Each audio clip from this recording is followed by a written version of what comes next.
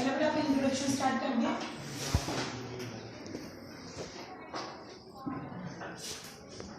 देखो, if we have two parallel lines, suppose L and M, and there is a one transversal line that is N, then which angles are equal?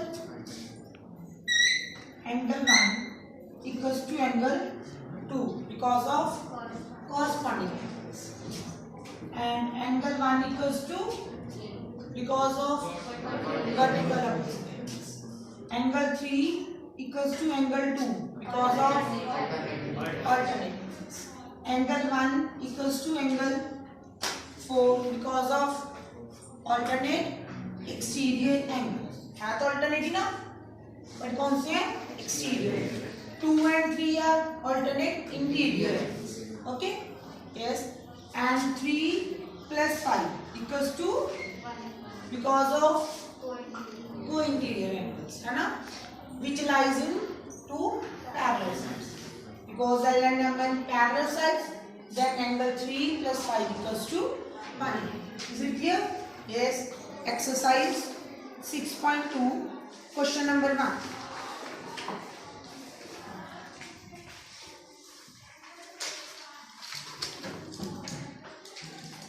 ये statement क्या बेटा आपके पास कि two parallel lines हैं,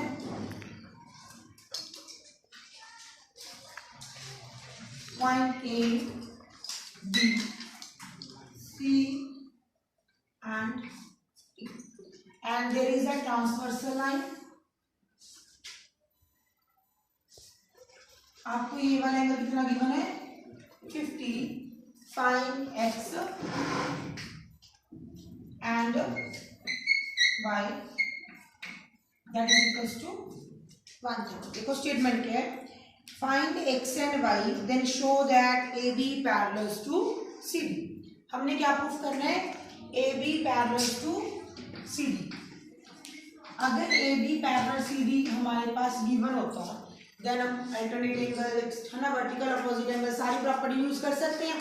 अब angles given है हमारे पास, देखो angle 50 plus x that is equals to 180 because of linear pair. Then x equals to 130. Yes. Next y equals to 130 because of vertical opposite angles, है ना?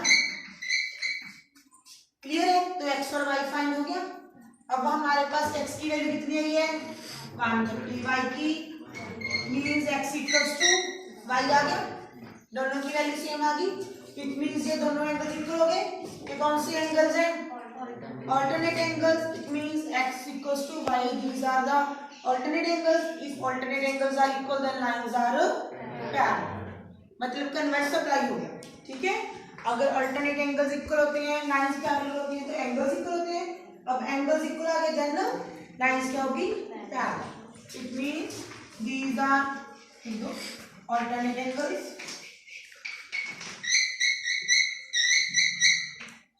So AB parallels to C. Is it clear? बेटा note कर लो.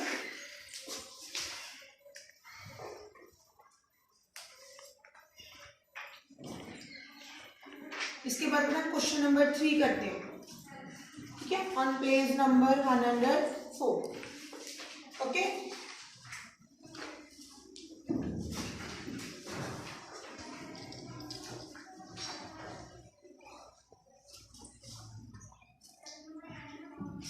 Yes बेटा, इसमें क्या कहते हैं? AB parallels to CD.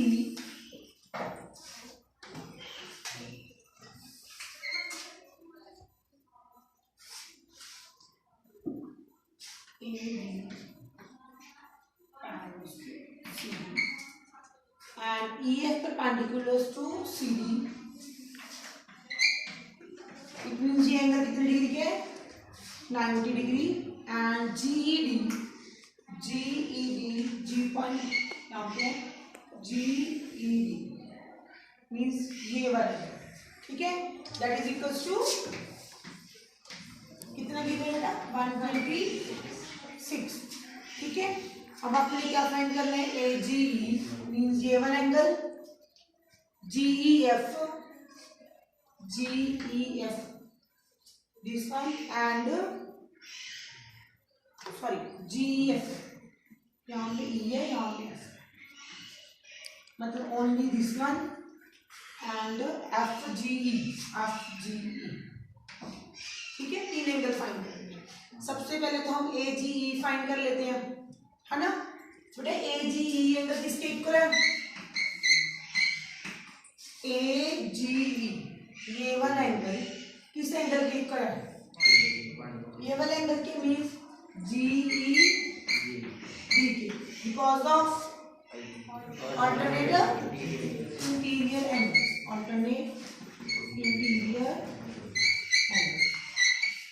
Means 126 आ गया जी, क्योंकि GED हमारे पास 126 है ना। अब जो AGE 126 आ गया तो AGE plus EGF that is equals to 180 because of linear pair, means AGE plus EGF that is equals to linear pair.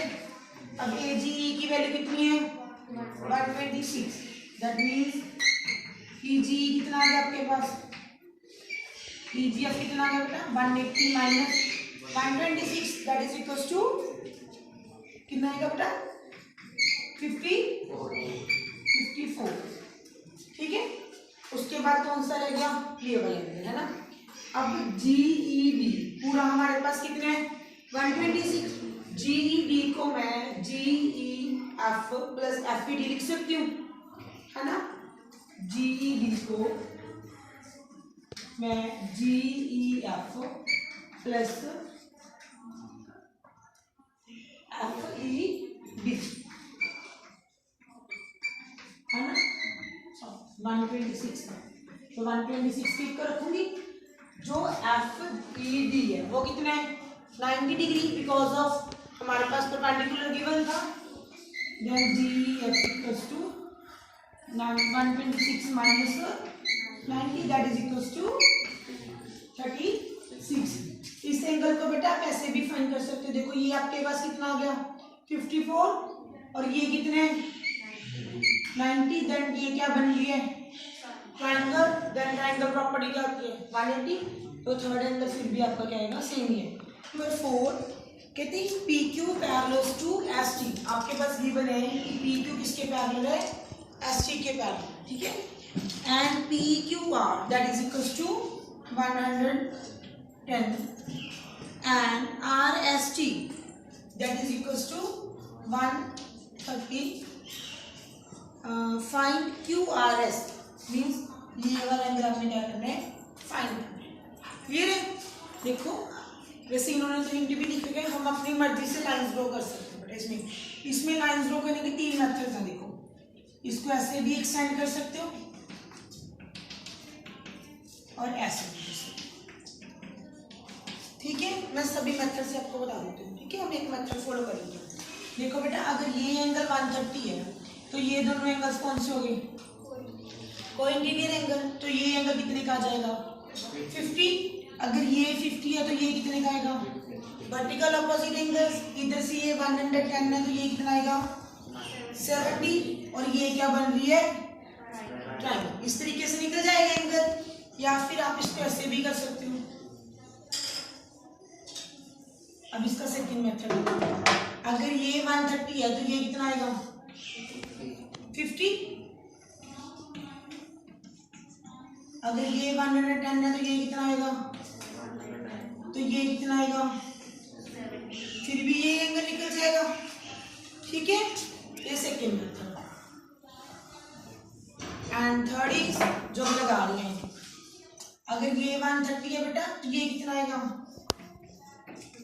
50, तो हम लिख लेते हैं एंगल TSR प्लस यहाँ पे लेट कर लेते हैं कोई नेम U ले लेते हैं, ठीक है। SRU that is equals to 180 because of co-interior angle, ठीक सी एस आर हमारे पास कितना है 130, तो एस आर यू कितना आ गया हमारे पास 180 minus 130 that is equals to 50। यहाँ तक डाउट किसी को? ये 50 आ गया। और P Q R angle equals to Q R U because of P Q R equals to Q R U. ये दोनों एंगल क्यों इक्वल है भाई? दीज आर, अब दिखा कुछ, अगर ये लाइन ना हो तो अब समझ में आई है कि उनसे एंगल अल्टरनेट है ना। तो हमारे पास ये क्या हो गया अल्टरनेट एंगल। तो अल्टरनेट एंगल्स क्या होते हैं? इक्वल होते हैं। अगर पी क्यू आर 110 है तो क्यू आर यू भी कितना आ जाएगा 110। अब ये पूरा 110 आ गया, ये वाला पूरा, ठीक है। अब हमने फाइंड कौन सा करना है? Q are S. तो Q R S plus S R U that is equals to 110। तो ये 50 है, तो ये कितना बचा 6। तो हम यहाँ पे लिख देंगे 110 इक्वल्स टू, मैं क्यू आर यू को क्या लिख सकती हूँ Q are S plus S R U. और एस आर यू हमारे पास कितने 50 plus Q are S equals to 110। तो क्यू आर एस कितना आ गया हमारे पास 110 माइनस 50 इक्वल्स टू 16। क्लियर है? आप तीनों में से कोई भी मेथड अप्लाई कर लो बेटा, सबसे सेम है। क्लियर है? ओके।